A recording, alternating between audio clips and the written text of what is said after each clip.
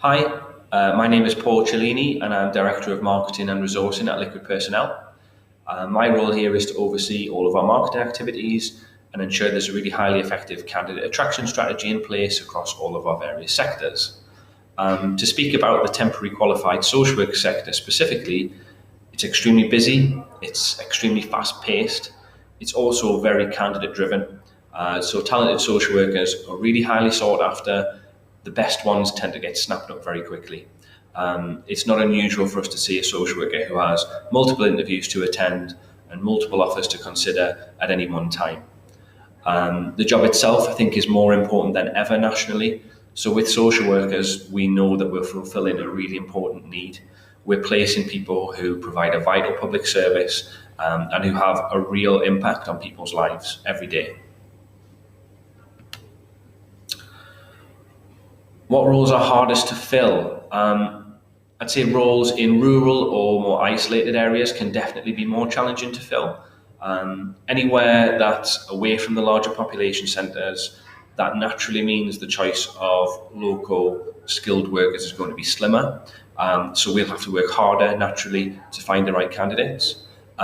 Pay is also a factor.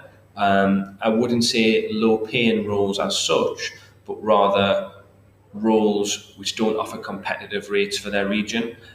So, for example, if your pay rates don't effectively compete with those offered in neighbouring local authorities, it's going to be very difficult for you to attract the best social workers.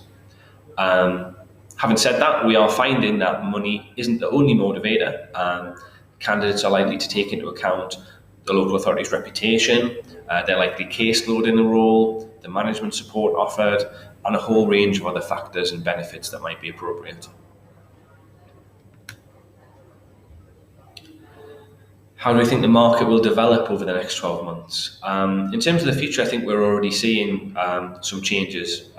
In qualified social work, candidate quality and compliance are so crucial. We're already seeing a move towards price not being the primary driver when recruiting.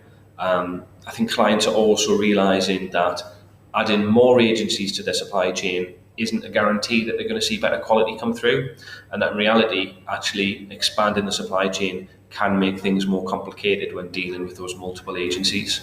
In the future, I think it's much more likely that we'll see local authorities and MSPs looking to engage maybe a smaller pool of trusted suppliers and work on fostering a really high quality relationship with each of those to maximise their results. I think we're also going to see our end clients embracing more innovative solutions to their recruitment challenges too. A really good example of that is the idea of statements of work, which allows workers to be paid based on agreed outcomes rather than an hourly or daily rate. So typically we see that model used in social work where social workers are engaged to take on assessments or clear a backlog of work, a backlog of cases, and they're paid on a per assessment or per case basis. And I think it's really important actually for local authorities to understand that that's something that can be facilitated through an MSP such as Commensurate. Placements don't have to be the classic temporary contract paid on a fixed rate per hour, and there can be more innovative solutions to your issues.